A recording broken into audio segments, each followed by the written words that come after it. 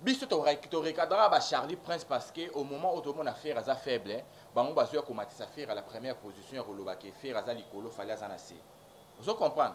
Tous les polémiques ou qui, je pense pas qu'il fallait m'autoriser ba tout basarango.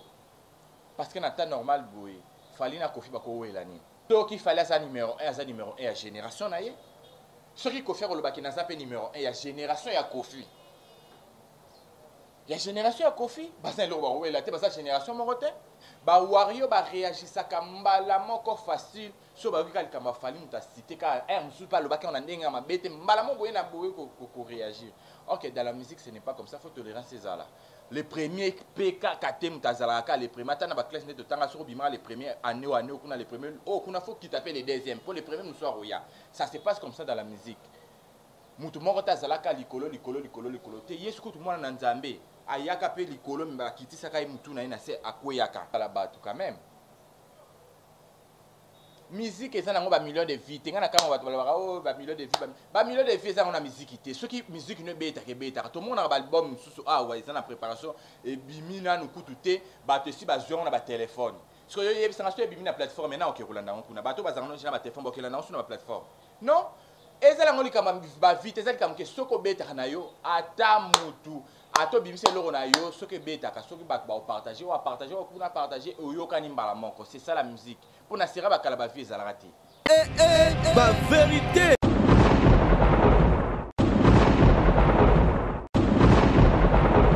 Voilà, plaisir de vous savoir nombreux, très chers amis internautes, vous qui nous suivez de partout dans le monde entier. En tout cas, vous êtes 100% sur Moura de la presse télévision. Merci à tous nos abonnés, merci à tous nos fanatiques, merci à tous mes amoureux. Oh, vous le voyez vraiment Moura de la presse télévision. Vous captez de partout dans le monde entier. En tout cas, devant la bino boyebi kara, vous s'abonnez pour ne rater l'information et surtout dans l'actualité musicale. Il y a artistes na bino dans le long, si vous allez vraiment étonné, il y a vraiment nanga boye. Vous comprendre, comme si on a stratégie à Sika, comme on a Sika, Talara 2021 bientôt, tout bandit au bongi, ça fait n'importe sengeli. Donc voilà, avant il y a bandalelo analyse nanga parce que le lot actualité ça vraiment dominé na plan musical au besoin de yebi, makamudeng les sur internet. Le lot avant qu'on analyse nanga on fait ça merci bon on a battu millions sur de partout. Je dis merci à Yaouli Mouché, Nicole Damboka, un grand merci à toi mon vieux, merci à Zizi Nali, ma maman Navoldi, Marie Pauvre Bobette, la l'italienne depuis Italie, un grand merci à toi, Nathalie Babela Stiblume, sans oublier Myriam Ouetea Bastar, et un grand merci aussi à Alpha et Foutou, la grande dame depuis Londres. Donc merci à Bino Bana monde entier, Mouvimbo, la Nara de partout. Donc voilà quand on a eu nous avons produit Oyo. Oyo bongisa nzoto ceux qui nous avons besoin de bongisa po na ye muyo le poste beba tache ride tempo donc mafuta juste nos vite ça na pona bino bat oyo bolinga ko bongisa ba poste na bino pona ko embellir ten na bino ezala vraiment propre bo contacter maman juste nos vite je pense que publicité zo le cas déjà beaucoup mon nango bato pe balinga ko bongisa taille par rapport à ndenge ka bolingela ka pomade a to za pesa wana pona bino pour contacter maman Nicole Malonga à couper sa ba directif ni nombre de pomade à toza et ça 100% naturel donc voilà bateau bolinga penda taille fan da bolinga sima et ça vraiment bien béton pomade à toza et ça on a pour na bino j'espère que numéro vous a affiché wana na publicité maintenant ça on a besoin que ma futa juste nos vite pomade à toza bo bengi juste kaka na ba numéro na ezali bo ça la commande en ligne s'il vous plaît parce qu'il y a de faux comptes ou ba co-typé pour na ko escroquer bino donc voilà. Bisson Sotoyebi, actualité a vraiment dominé, na Fali Poupa et Kofi Olomide. Donc voilà, les lundi de Rolobelango. Donc on va te belle boluka ngai mo rozo monanate mo rozo kanate zaki na maramnando salengo senga kike na zala vraiment trop activité na bino. Mais je suis déjà de retour donc on va le bientôt le 18. Les 18 et vous allez vraiment sommer parce que il y a deux artistes et musiciens oyo ba bimisa ki ba fiche automona qui comme héritier watana be mi anjimi démon wa ko lancer les biso l'album mi anjimi démon oyo akobwaka na 14 titres ko le 18 décembre et puis Fali pour Patokos dès le 18 décembre to rozwango en exclusivité ba artiste belé puis bazan marche comme fait rigole la peto mona qui a acheté na nous date mais a lancé déjà qui akobwaka na décembre.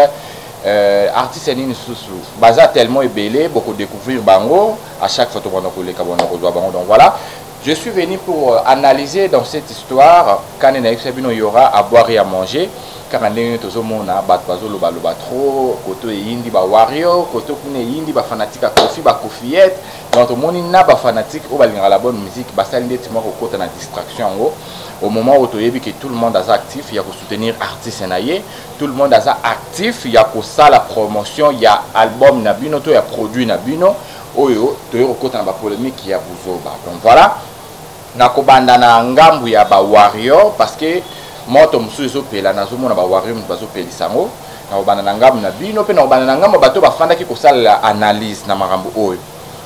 Na mona ki comme ndeko na biso Mbutalikasu afanda ki pona ko sala analyse. Il y a Kofi Boy. Donc voilà, il y a Kofi Boy. La première des choses, il faut comprendre que dans la musique, tout le monde a un leader. Tout le monde a apporté pour le leadership. Tout le monde a un mené.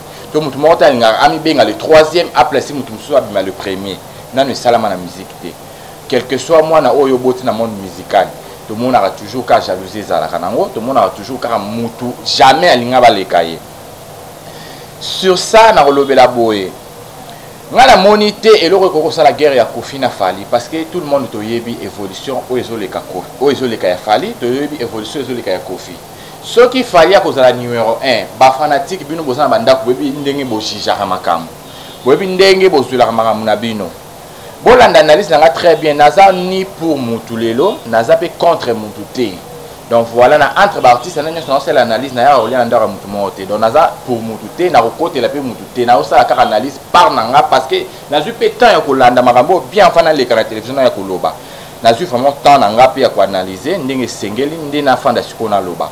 Je pense que bazo fongola matoyi na bango pe bazo yokangai. Bino ba fan bobi ne bo juger la makambo, bobi ne bo zola la makambo, bobi ne bo tala rabatu, bobi ke oyo na minute yo azaboy. Oyo azaboy, oyo azaboy.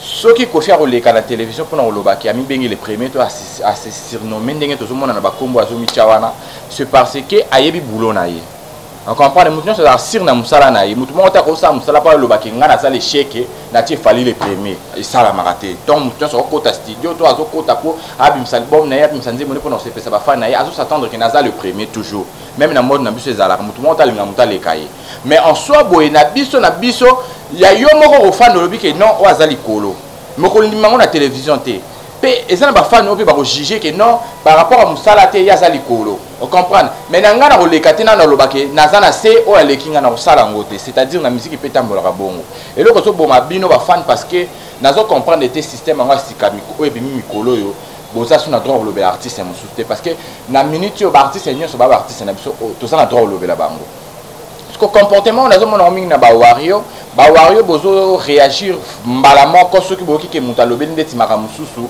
alobe ndeti musicien mususu to ba kena on ndé moko ndenge zalaka pourquoi ba sala ki bongo fallait ba chaka fali na place wana non fallait zanza mete fallait za musicien azo sa musala na bien to lobe la kaye to côté la kaye parce que musala na yeza ba œuvre na yo to monaka ba œuvre musala na ye donc voilà le ko expliquer le cambo tellement kitoko boza penata Rolandango. En tout cas, naza na partie primorité. Naza na partie primorité. Et là, bozo bosanake, lelo soki Kofi azomi benga au top, to azomi benga numéro 1, Kofi abetarati lelo. Kofi abetarati lelo. To kota na ba boîte, to kota na ba bar, to yoka Kofi akala. Ata msu ya sike rubeta te, to yoka génération ya kala ya ba chacho, to yoka Kofi olomide. Et ça na ba artiste mususu akobimisa lelo lelo et sali la ngopé succès quelques mois ou quelques années au monde eleki inaperçu to mo zela bimisa esika ba obeta ngopé lisouté mais Kofi banda carrière musicale na ye ya Kofi ti lelo azala ka Kofi abeta de partout. C'est pour cela que comme le bapé na sa numéro 1 parce que na génération ya Kofi na génération bato ya zarana bango ya tikala pont atikala mo likolo akomi benga na pe numéro 1 akomi benga na pe na les premiers akomi benga na akomi sala ne pango parce que abeta ti lelo et là bino mozo bosa na yango wana tozana ba artiste mission musupe ba bimisa ba nzemo pe na ba 2001 to ba 2002 soit to yebisio ke lelo beta raté bon et beta répété mais Kofi bana bimisa ba nzemo depuis ba 1900 et beta raté lelo ba nzemo na ba 1900 wana et beta raté lelo bo kota na ba bar bo yo ko kota na ba boîte bo ba to c'est ba archive na ye c'est-à-dire azali wana mutu to kosa na te to kende pa to bungisa ma candidature te Kofi aza pour na ba commentaire musu na mona vient na sila na yali mika ba te alingika ka te eza monde musical etambola bongo et puis il faut vous avoir stage na makambo na moni ba tebeli ba koti makambo na ndenge moko boye il faut vous avoir stage quand on voit Fally Ipupa c'est le fruit de Koffi Olomide. C'est le fruit de Koffi Olomide. Je pense que pas que ceux qui fallait abimaka na ndako na bango asali maman orchestre le lenga za la Fally non ils a pas si biso so tomona ba musicien ou pe bazo bima musuku na bandako pe azana na mwa kombo mais abimi kombo melié azo luka succès oyate c'est-à-dire tant tout monde na ba artiste o ba évoluer ba sali ba kombo ou bazo ki ba encadrement ya ba papa na bango il faut tous à la reconnaissance sur ce point. Votre côté va polémique inutile. Tout ça n'a pas encore oyoté que beaucoup de gens ont polémique. Tout ça n'a pas encore boosté l'artiste. Tout ça n'a pas encore boosté l'artiste. Biso to recadra Charlie Prince parce que au moment où tout le monde a fait à faible, on va dire comment ça faire à la première position roloba que faire à likolo fallait zanase. Vous comprenez? Ndé au monde que to yaka to recadra bango to talisa bango que boza bazoba. Pourquoi? Boyebi que artiste na bino moment à faible, il faut boluka booster botombola ye. Bino besoin na fitité ya komatisa ye or kana na comité besoin comme c'est déjà likolo que ya za likolo fallait zanase. Ndo monde que to yaka na ba défense wana. Mais il n'est pas dit que ceux qui te sont dans la défense wana atama mama bezo leka to yaka to couvrir. Non. Parce que tous les polémiques ou les qui je pense pas que Fally m'auto autorisé ba tu ba salango. Parce que na temps normal boy Fally na Kofi ba ko welani. To ke pe pa to zonga Fally na Kofi ba ko welani. Ce qui fallait ça numéro 1 à numéro 1 à génération na ye. Ce qui Kofi le baki na zape numéro 1 à génération ya Kofi. Ya génération ya Kofi ba ça lo ba wela te ba ça génération morote. Ba ça génération morote. Kofi aza musicien à génération na ya za na bata génération na yo balingaka ye. Fally pas na génération batu na yo balingaka yo musupe ba kokota na ba makamba Kofi te parce qu'il y a des générations français. Bana ba français bazali, bana ba anglais bazali o balingaka koyoka ki wesh, c'est-à-dire que Kofi aza na génération na ye po ba yo kaka ye, Fally pas na génération, toza na génération morote. Muta muto benga numéro 1 par rapport à génération na ye. Pourquoi bozalaka moi na bungi, il faut bozalaka quand même bozalaka na tolérance. Bozalaka na tolérance. Ba wario ba réagissaka mbala moko facile so ba bika likamba Fally muta cité ka musu pas le baka on ndenga mabete mbala moko na boye ko réagir. OK, dans la musique ce n'est pas comme ça, faut tolérer ces là. Les premiers PK katem tazalaka les premiers tana ba classe net de tanga sur bima les premiers année on a les premiers kuna faut qui taper les deuxièmes pour les premiers nous soit roya. Ça se passe comme ça dans la musique. Mutu moko tazalaka likolo te yesu ko tout monde na nzambe ayaka pe likolo mba kitisa kai mutu na ina se akweyaka pour dire que mutu moko ta kotikala ka likolo eza loi nature tambola bongo ce qu'il fallait le ça musala na bien fierté à Congo fierté ya international mon bimba parce que c'est un artiste congolais mais en monde ngelo baté que le ce qu'il fallait pe asali le moins simbité photo ya kaka to baka ke Fally non azam mutu tant ko ça elo monsieur simbité to yape to le ah non presque to simbité au bongisa to mona ke ça la sous force na ye azo sala musala na ye bien to ça na temps ko booster ba artiste ba distraction de to zo boya au moment artiste to bi ki a ça le 18 le 18 à un album na ye sur le marché puis nous besoin na ba contradiction mo ya buzo ba ya koloba oh kuna sali bo vio sali bo bo comme ko wela na ba millions de vies non tout ça la batu ko tout ça la batu quand même musique et ça n'a pas millions de vies tenga na kama watu balaba oh ba millions de vies ba millions de vies ça on a musique té ceux qui musique ne beta ke beta tout le monde a ba album susu ah ouais ça na préparation et bimina nous kututé ba te si ba jouer na ba téléphone ce que y ça na bimina plateforme maintenant OK kolanda on kuna bato bazana na ba téléphone ba kolanda on sur la plateforme non et ça on kama ba vite ça comme que soko beta na yo ata mutu ato bimise loro na yo ce que beta ka soki ba partager ou partager ou kuna partager yo kanimba moko c'est ça la musique. Pour n'assurer que la vie est raté. Assurer que la vie est raté. Est-ce que tous les gens qui ont Kofi et nani va beta na kala to comparer ba on bato ba ça ba ville lo. Est-ce que ba hotel mana ba sedo ba Kofi bateka? Tu peux pas tous ba hotel mana ba sedo ba Kofi bateka te ba Kofi bateka. Bateka ba cédé. Petit le Kofi a si la raté. Abetaka. Un musuto lo blaka Fally le pour akomi leader à génération na ye. Soto zongi si na ki diamfu ka Fally abeta na yo ka ngona bar te nayoka ki Dianfou ka fali na Bartin album wana mobimba wana nayoka ngona Bartin za l'associé za la tante so to koti boîte to kota ba boîte minene pe nous sentir to koti ceux qui bazon section archive bazon section na Kofi c'est-à-dire que ba vient na ba travailler botika ronier et tout ça la batu tout ça la batu botika ronier quand même botika ronier ba vient na ba betaka azala plein droit ko lobaki na zape numéro 1 parce que betaka na ba boîte minene o pene ya ba congolais ko touté ozo sentir que boîte ba libanais ba tuboyo okoyoka Kofi a robeta bazon c'est le bino archive na yakala maintenant na koyoka ki Dianfou ka falite non na yoka tante falite yakala. C'est-à-dire que toute la musique mususu o eleka nango inaperçu mususu etikalaka lelo biso ba maman ba botaki biso bango ba yoka ba génération Kofi biso pe bana na bango to yeto so ka Kofi to sala bolingo na musique a Kofi siko boye bisa so génération bana na biso ekoya ekoyoka tanti wapi to ekoyoka associé wapi boye bisa so ekoyoka ngo wapi ebeta raté to zo ka falia ki lelo yango na lobi ke toza génération mon côté ce qui Kofi le banaza leader ya génération na ye botika la temps pour s'exprimer bozala na botika mutaza à s'exprimer aka na liberté d'expression parce que tout le monde veut être leader mutunyo ça linga leadership pour leadership ezala pa na ye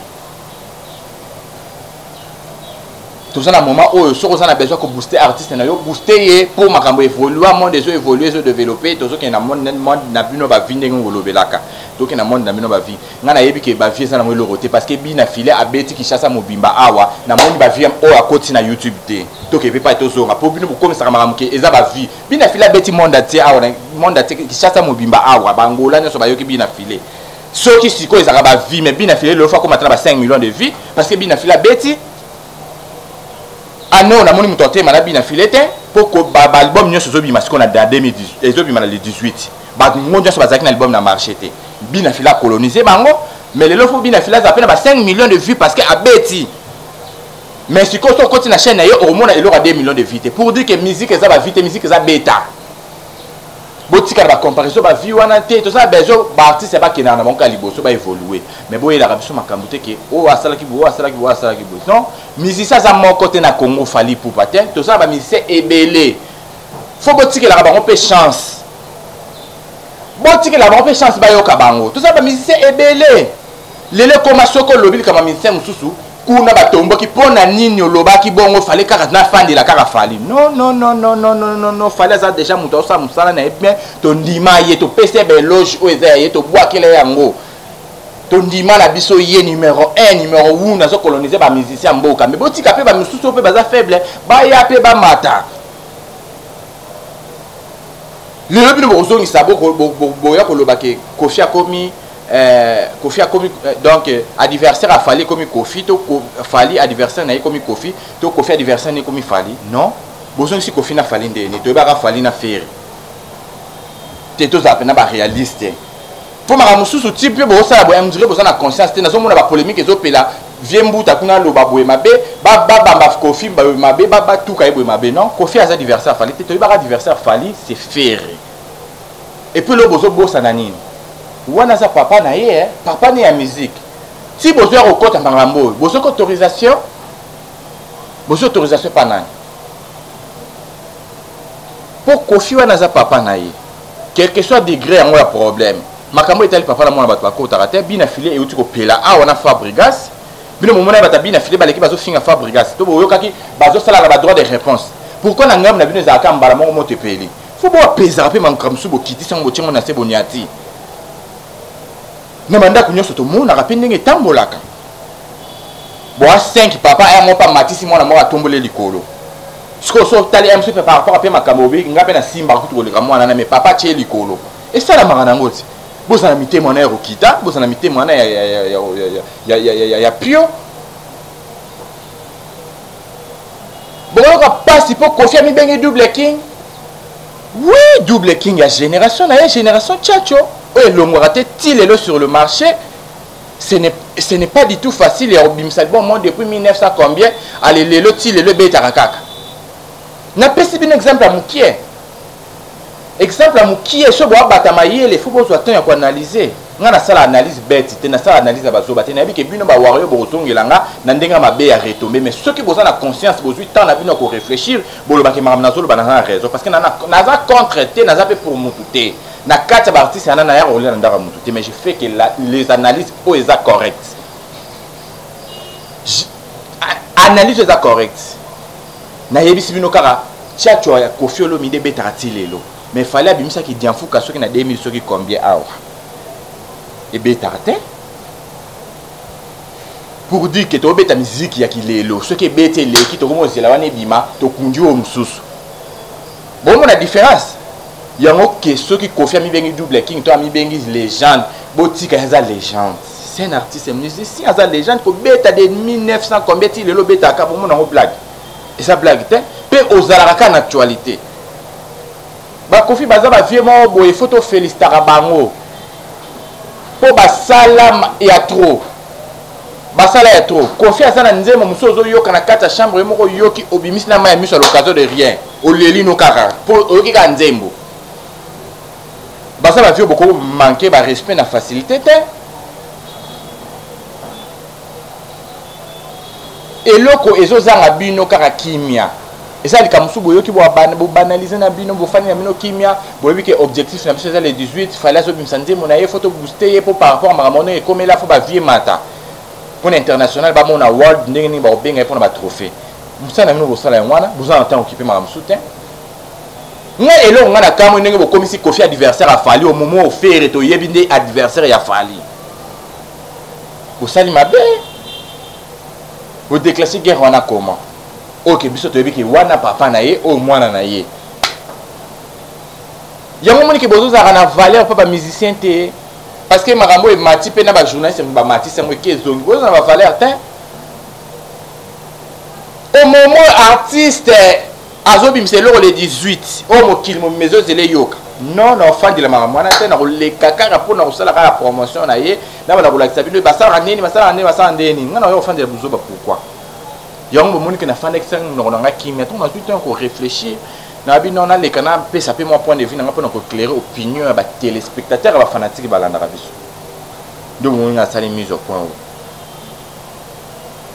Est-ce que tous à la peine battu bino mo ti bozo sa de mission na moni ken pia na zo yamba mbutali kasu mingi pour na critiquer Koffi. Bino mo ti bozo sa de mission bon moi ti mambozo sa za bêtise. Bota même na ba commentaire ba bazo commenter et cette distraction bozo ngoko te bon côté ba c'est na distraction. Bon moi ti ça bêtise. Et ça bêtise tout à fait. Ndeni boko yo fande la koma Koffi bolo ke Koffi sa motema mabe. Est-ce que ce Koffi sa motema mabe na mboko yo ndenge fallait abandara carrière na ye anira finite anira finite azalaka déjà Koffi ya relation place au fallait nga comme nga na finir déjà bouton parce que fallait pe d'autres partout qui ne fallait comme world international l'album atokos hein vous comprenez. C'est-à-dire que Batbasara a besoin de bonheur, na yende bomoni kezo mata. Batbasara a besoin de bonheur, ni basana besoin de malheur nete.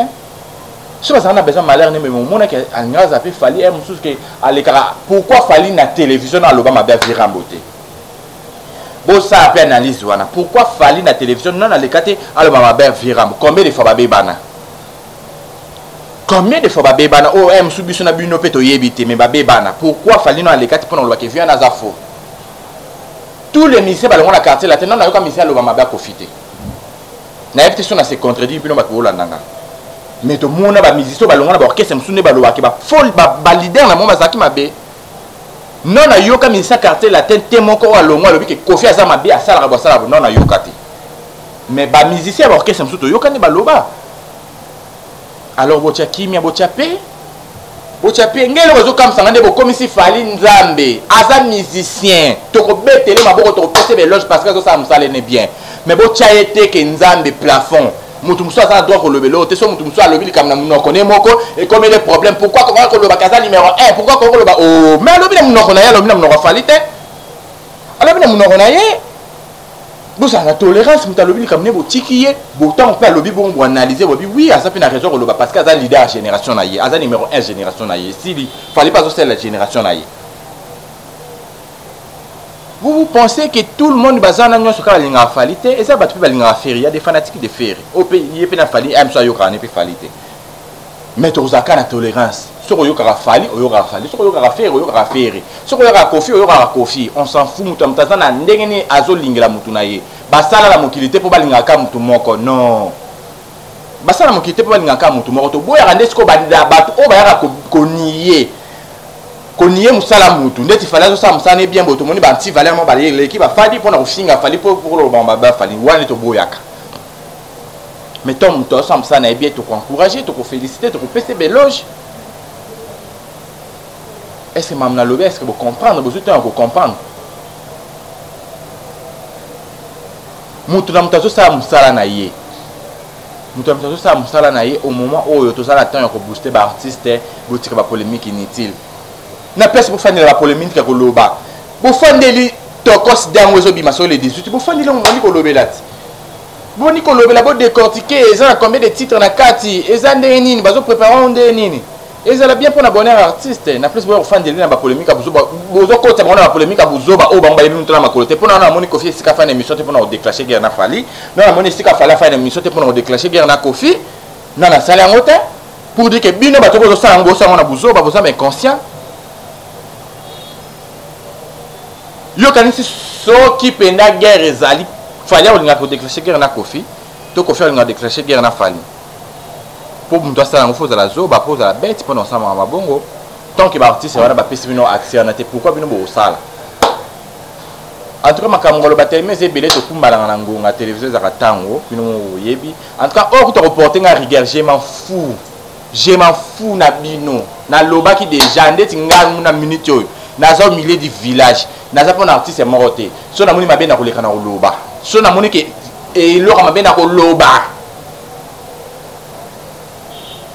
poto za rabatu to so sama kanisi na biso na conscience faisons na kibomoto en tout cas faut bota la pe ba vieux na basali mingi baza ba vimo baza ba icône pe vous comprendre eza ba pays mususu pe ba lukaka vie wana kaka azala ba lukaka ye kaka Kofi Olomide.